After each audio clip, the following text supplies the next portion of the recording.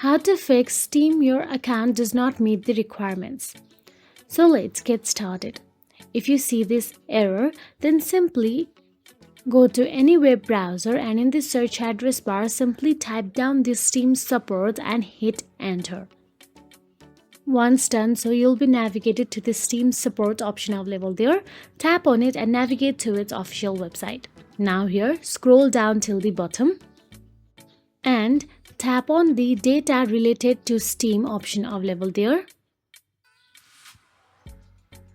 Once you are there, again scroll down unless you see contact Steam support option available and simply tap on it.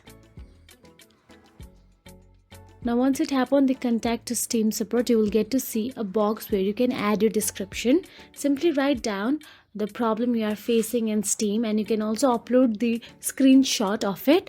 Steam support will get back to you as soon as possible, and that is it.